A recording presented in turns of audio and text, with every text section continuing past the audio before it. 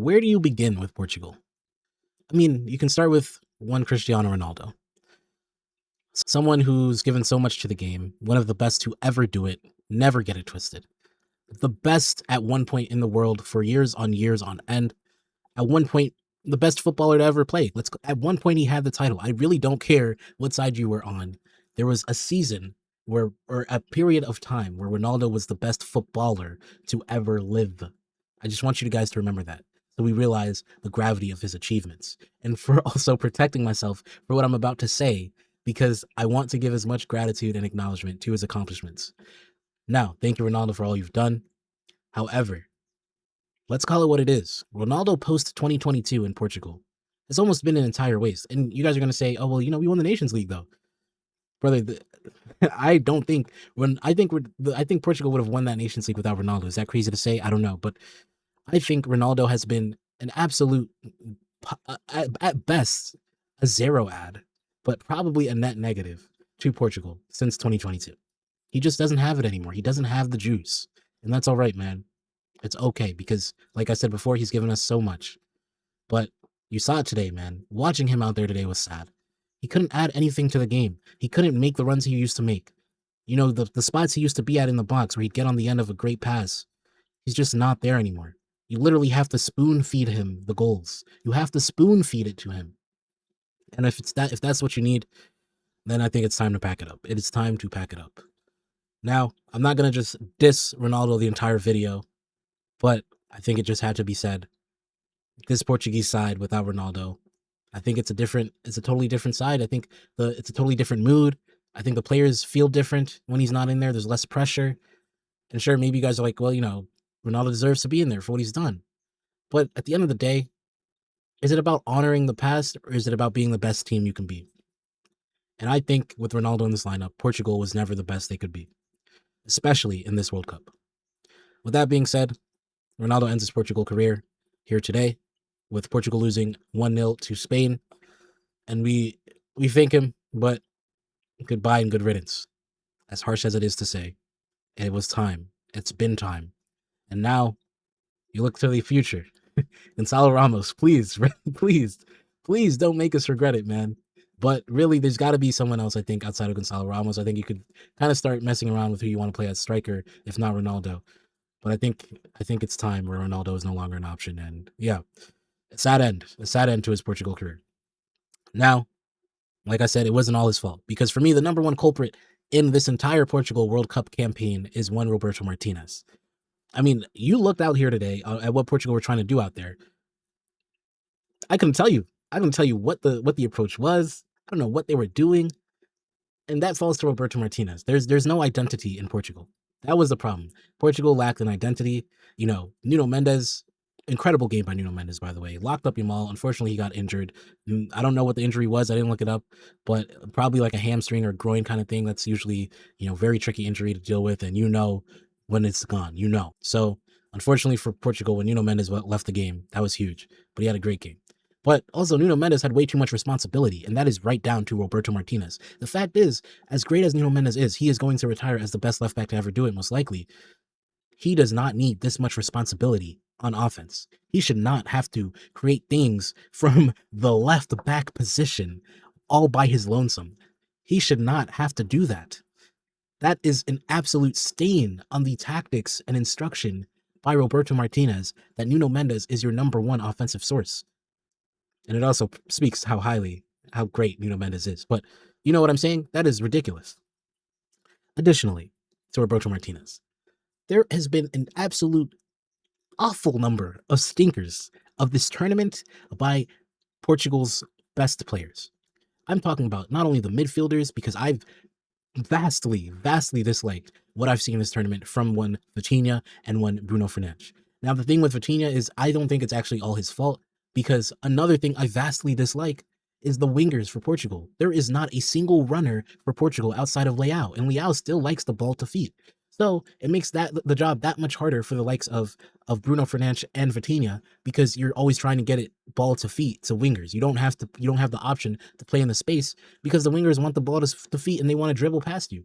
Pedro Neto is absolutely rapid, and he's not playing in the space not near enough for the amount of speed this brother has. I mean, these guys need to run in behind. There's a vast lack of running in behind, of penetrative runs from the wide options. Yes, it's nice to spray it wide and let your guy dribble at a defender. I understand. I'm a PSG fan. We love that. But you still need to be able to play it in behind. It makes your midfield so predictable. And all of a sudden, you can start cutting out the wide passing options. And now you're forcing your midfield to play backwards and sideways because the other midfield know that, okay, you're just going to aim for the width. You're going to aim for the wings. Let's just cut it off. Let's just play for those interceptions. It's ridiculous, man. Absolutely underwhelming performance by too many people to name from Portugal. I mean, my gosh, how could you do this to your country? How could you do this to your country, bro? This is awful. Now, going into this tournament, Portugal were obviously one of the top contenders. And if you had told them that you're going to lose to Spain in the knockouts, they'd be like, okay, that's going to be tough, but I can accept losing to Spain. But what you weren't going to say was you were going to lose to Spain in the knockouts in like the shittiest of ways you could lose, offering absolutely nothing to the game, looking super pedestrian, having no options, looking like, looking like a side without any ideas. A Portuguese person, a Portugal fan would not have taken that. It's one thing to lose to Spain, but it's another to lose like this. My goodness. Let's highlight the people who were actually good on the pitch today. Shout out Diogo Costa. Obviously, shout out to Nuno Mendes again. Locked up Yamal. And I don't want to hear any debate. Nuno Mendes, for 55 minutes, had Yamal in his pocket. And there's actually no debate this time. This was 100% Nuno Mendes winning the battle. The only thing is he gets injured, and that's that. But still, for 55 minutes, this brother locked down the supposed best player in the world to a lot of people. Can we start putting Nuno Mendes in best player in the world conversations? Man, if Portugal go further, you know what? I think he's so young, he still has a chance where Nuno Mendes could end up winning the Ballon d'Or one day. I want to put that out there. I want to start that agenda. You know why? Because we have never seen such a complete player at the left back position. And he can play left back, he can play left wing, he can play right wing. I'm sure he could play center back, he could play in the midfield if he wanted to. This brother has insane dribbles. He is an absolute phenom. Let's give him his respect. Locked up Yamal today. Easy. Now, outside of those two, I think the really only other redeeming quality from Portugal today was probably João Neves, who absolute ball winner everywhere. And I think it speaks to how awful Portugal's system was, how bad Roberto Martinez's instruction was, that João Neves is the only redeemable midfielder. Because Portugal coming into this, they were supposed to have the best midfield in the world, and they looked far from that. Probably the total opposite at points. You could argue they were the worst portion of Portugal. I mean, Bruno Fernandes was supposed to be the best 10 in the world, and now he looks totally lost in the system and he looks totally just devoid of any dangerous threat, attacking threat whatsoever. And then Vitinha. Here's the case with Vitinha. People are going to call him a system player, and I think that's false. I think there needs to be more nuance to how Vitinha's performance at this World Cup was so poor. And for me, I look at two things, right? We talked about the wingers not running in behind enough. When you're at PSG and you have Kvara to run in behind, or you have, Barcola to run in behind, that's a totally different story than playing with the likes of, Neto and Felix, right? It's totally different. It's totally different. There are times where Portugal have the ball and there's basically no option on the top left if Nuno Mendes doesn't make the long ass trek all the way up there. So it makes it a little bit tougher for Vitinha. But also, I think for him, he's in such a possession heavy side that where he's in front of the defense and he's asked to do something totally different with PSG than what he is asked to do with Portugal. And I think that's really where it is. I don't think Vitinha necessarily sucks, but he's just in a different role, and that role is not him, right? And people are going to say, oh, that's a system player thing. But no one ever really said Vitinha was a complete midfielder. Like, no one ever thought Vitinha was, a ball winner. I still don't think that. I've never thought that of him. If you actually watch football, Vitinha is just a monster in possession, right? In terms of keeping the ball, circulating the ball, that's what he's been asked to do. So I kind of want to dispel some of the system player narratives, because sometimes a player is just so elite at their role that they actually suffer for it. I'm not trying to cover up his stinker, but also it's a stinker because he's been asked to play something totally different than what he's done at PSG. If you wanted that Vitinha, you play him the way Luis Enrique plays him, right?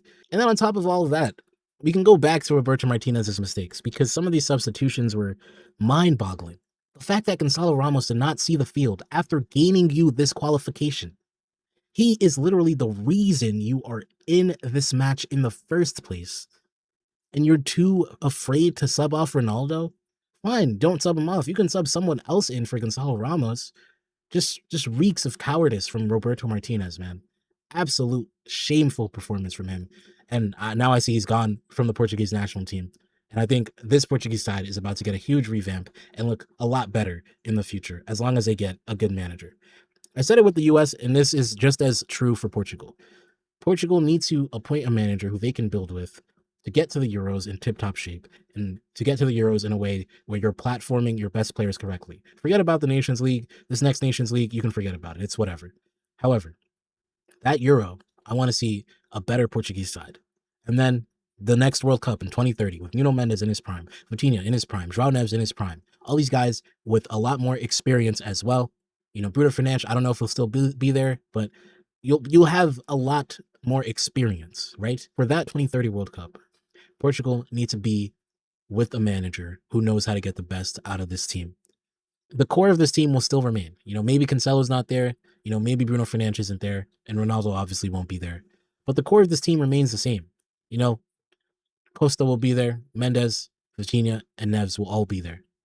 And whoever the next manager for Portugal is, needs to build around them. And I think if you do that, you will reap the rewards. Now, on the other side, we can talk about Spain. Spain looked absolutely normal today. Human. Obviously, Nuno Mendes on Yamal is a big, big factor. And for Spain, one thing they can look forward to is there won't be another left back as good as Nuno Mendes. So Yamal will actually have a lot more influence in the games going forward. I expect a Yamal masterclass versus Belgium. The amount of BTA, belt to A, that Spain is about to put on Belgium is going to be incredible. However, as far as this game, if you can contain Yamal, you can see how normal and how beatable Spain look. Spain looks so average. I talk about the midfield for Portugal. The Spanish midfield don't blow your socks off either. Sometimes I forgot Pedri was in the game. Rodri wasn't particularly mind-blowing either. And yeah, I think today showed you a lot about the ceiling of the Spanish side. And it's basically, well, if Yamal is balling, they've got a chance. If he's not, I don't know. Now, there's also the Nico Williams factor. Will he come back this World Cup? Who knows? For Spain, when it comes to the top sides, if Yamal is having an off day, I don't know what happens to them. I don't know. When you come up against a France, I don't know what happens. Because that's what it's probably going to be. With all due respect to Morocco, no respect towards Belgium, but with all due respect to Morocco, I think it's going to be France and Spain in that semifinal. And to Spain's advantage, France are going to have Luka Dean, who Yamal will cook all day and all night. I have no doubts about that.